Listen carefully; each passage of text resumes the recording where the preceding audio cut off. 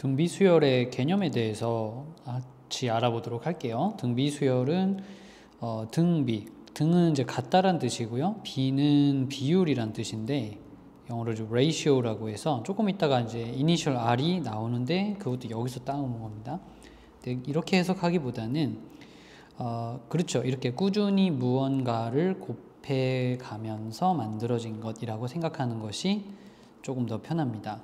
그러니까 이제 내가 1을 계속해서 이렇게 곱하게 되면 1, 2, 4, 8, 16 이런 식으로 계속해서 항이 만들어지게 되겠죠. 예를 들어 3을 계속해서 곱해 가겠다고 마음을 먹게 되면 그래서 1부터 시작을 한다면 1, 3, 9, 27, 81 이런 식으로 계속 진행이 되겠습니다. 이때 가장 처음 시작하는 항을 첫 번째 항인 첫 항이라고 부르기로 하고요. 보통 이니셜 A, A1 이렇게 대학교 책에서는 A 0으로 시작하는 경우도 상당히 많습니다. 근데 보통 고등학교 책이나 중학교 책은 A나 A1으로 시작을 하는 것들이 많이 있어요. 이건 그냥 습관, 문화적 차이라고 볼 수 있겠습니다. 자, 그 다음에 2, 4, 8, 16하고 쭉 늘어나죠. 그럼 이 사람이 바로 비율, 즉 공비가 되겠습니다. 꾸준히 곱해지는 것이죠. 나누기도 포함을 하고 있어요. 우리가 3을 곱한다는 건 3분의 1을 나누기를 매번 한다라고도 말해도 괜찮기 때문에 곱하기 또는 나누기라는 표현을 쓰셔도 괜찮습니다. 근데 일반적으로는 곱하기 한다라고 얘기를 많이 하게 될 것이고요.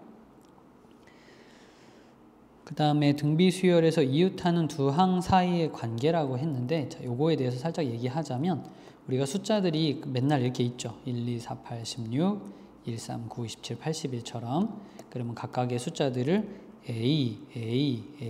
A가 있다라고 얘기하기도 합니다.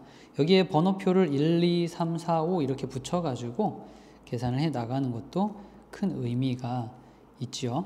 여기 있는 것은 단순히 번호표를 얘기를 합니다. 그리고 영어에서는 저쪽에 있는 글자를 rank라고 얘기할 수도 있어요. 자, 그럼 이제 B라고 얘기해도 상관없고요. 여러분들이 취향에 따라서 C라고 얘기해도 괜찮겠습니다. 잘 구별이 될 수 있도록 번호표를 달아주면은 별 문제가 없는 것이다. 이렇게 얘기할 수 있겠습니다.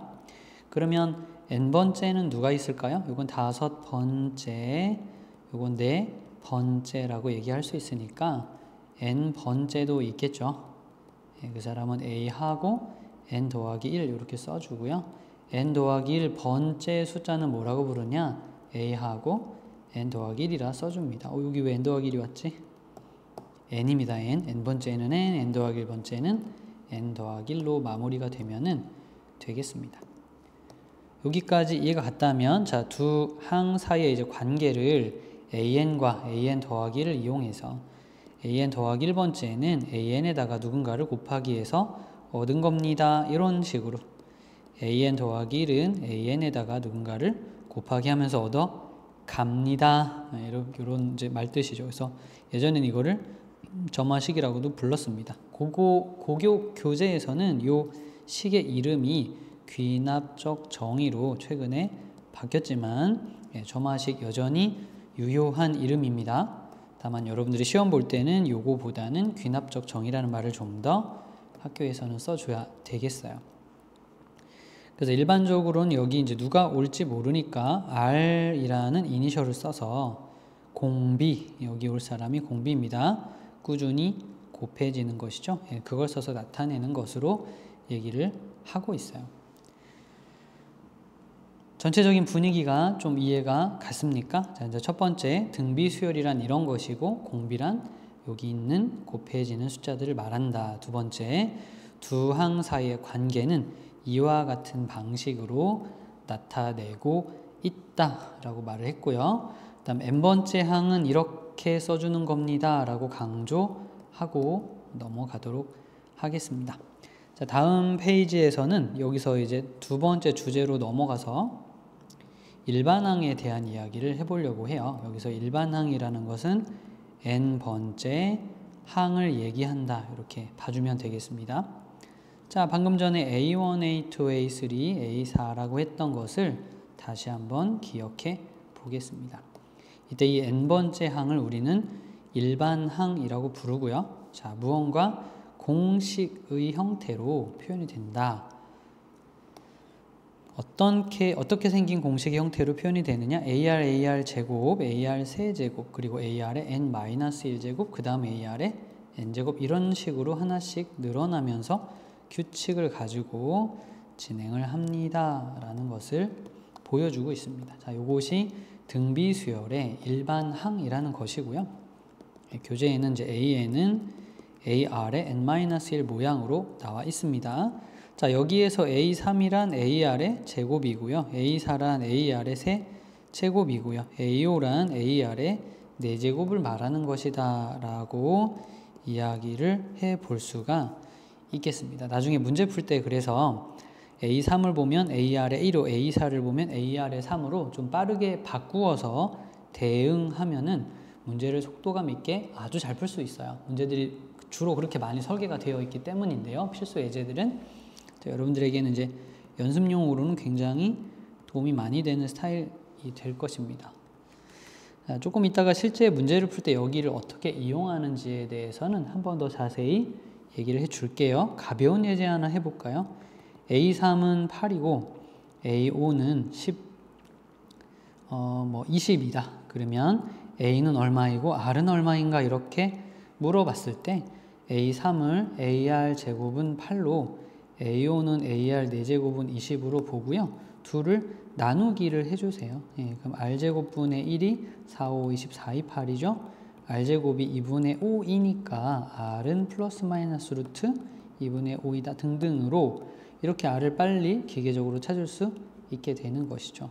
자, 이제 R 값을 이 식에다 집어넣으면 A 값이 자동으로 나오는 거니까 이렇게 이제 가벼운 프로세스로 A와 R 찾기는 이런 힌트 하에서는 금방 계산이 되겠습니다. 자, 이렇게 해서 총 3가지 등비수열이란 이런 것이고 귀납적 정의, 즉 두항 사이의 관계와 공비가 어디 있는 누구인지, 그리고 일반항, n번째 항은 어떻게 생겼는지, 그래서 거기서 나온 표현들을 어떻게 문제풀이에 적용하는지에 대해서 한번 해보았습니다.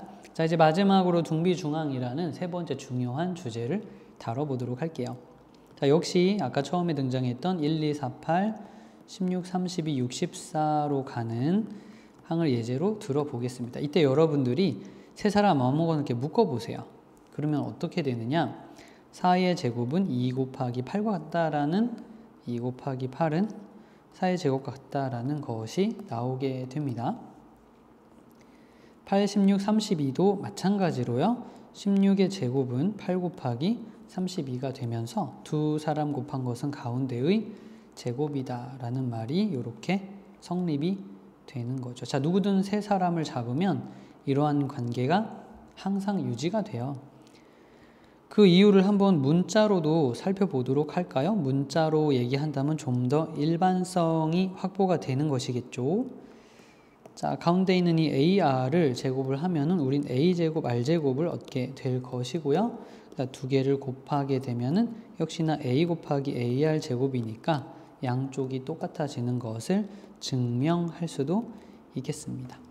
자, 이렇게 해서 등비 수열의 중간에 있는 항이 양쪽을 그 왼쪽 오른쪽 바로 그 다음에 있는 왼쪽 오른쪽을 곱한 거와 같게 된다는 것을 좀 이해를 할 수 있는 시간이었습니다. 자, 조금만 더 확장해서 한번 살펴볼까요? 그러면 AR, AR 제곱, AR 세제곱, AR 4제곱이 있을 때 이거를 골랐을 때 혹시 이거 곱셈과는 같지 않을까요? 똑같네. AR에 제곱한 것은 A 곱하기 AR 4제곱과도 똑같고요. 이렇게 곱한 AR 곱하기 AR 세제곱과도 답이 똑같다는 것을 알 수 있죠. 그래서 중간에 있는 항을 두고 같은 간격으로 떨어져 있는 항 두 개를 곱하게 되면 여전히 같은 결과가 나온다는 것을 우리가 알 수 있다는 것도 함께 기억해 두면 좋겠습니다. 자, 여기까지 개념 강의와 함께 아주 간단한 연습 문제들을 살펴봤어요. 자, 다음 강의에서는 좀 더 필수 예제들을 통해서 좀 더 이렇게 활용을 하는 모습을 함께 지켜보면서 경험해 나가도록 하겠습니다.